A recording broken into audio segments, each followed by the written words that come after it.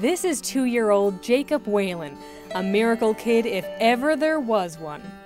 Jacob was born on January 1st, 2007, a healthy baby boy to Joyce and Kevin Whelan of St. Philip's. It was a joyous beginning to the new year, but just 2 weeks later, he was brought to the Janeway with what appeared to be a minor problem.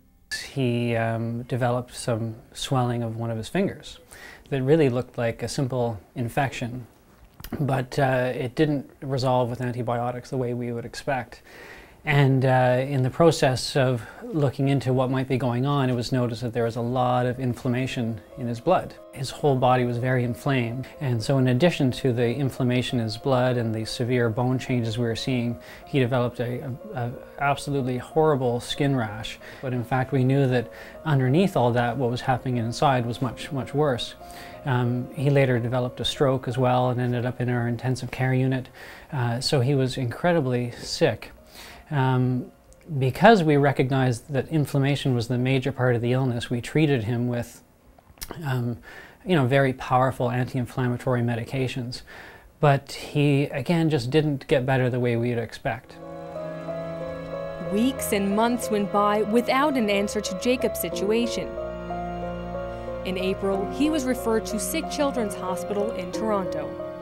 And they did a number of tests up there, but no one could tell us at that point what my son had or what our son had. They basically came back to us and said, no, you're going to have to go back to the Janeway because it's rare what he has. We're not sure. We've never seen it before. And basically it's going to come down to just Jacob's syndrome. Back home, almost all the physicians at the Janeway were involved in Jacob's care, and Dr. Dancy tirelessly researched and consulted with medical associates around the world. But we were still stumped, really, that he didn't seem to fit the profile for any of the illnesses that were typically seen or even recognized in the literature. We were very upset at this point because we were starting to think, oh my God, no one's going to be able to help us. No one's going to be able to help our son.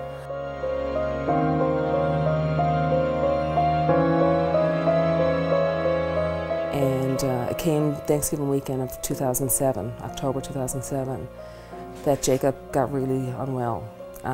His little body started to swell. He was in a lot of pain, and it was pretty scary because we didn't know if he was going to pull through. Dr. Dancy had contacted the National Institute of Health in the United States because he knew they had an interest in this type of condition. The consultation resulted in a decision to try a drug sometimes used in this kind of illness. And we started him on the medication, which is called anakinra. It's given as an injection, a needle every day. And within just a few days, the turnaround was absolutely incredible. Within 48 hours, within just that's 2 dosages, 2 injections of the drug, Jake had completely come around. He had basically shed a layer of skin of these sores that was on his body, and you could actually pick him up and cuddle him, just when you bring home a newborn baby. It was the most extraordinary response to a treatment that certainly I, and I think anyone who was involved in the case had ever seen. It's thanks to the doctors at the Janeway, to the nurses, to their wonderful care, and especially to Dr. Dancy. He's been a phenomenal doctor. He worked at it and would consult, and he didn't give up. The nurses at the Janeway raised him. From a 2-week-old baby to 10.5 months old, a lot of the nurses in that hospital got attached to him. And we got attached to them as well. They were there through the hard times with us and the good times. And there's Jacob's sister Emily, who shared the family burden. The little brother she loves so dearly is finally home, and the family unit is complete once again. Jacob is her hero, and as part of a school project, Emily made this shirt that says it all. A hero is one who knows how to hang on 1 minute longer. All's well that ends well, but Jacob's story isn't done yet. Dr. Dancy of the Janeway and Dr. Goldbach-Mansky of the National Institute of Health in Maryland continued their collaboration on Jacob's case. in an effort to try to understand why he had such an extraordinary response to the treatment. The end result was a breakthrough discovery. Yeah, excellent.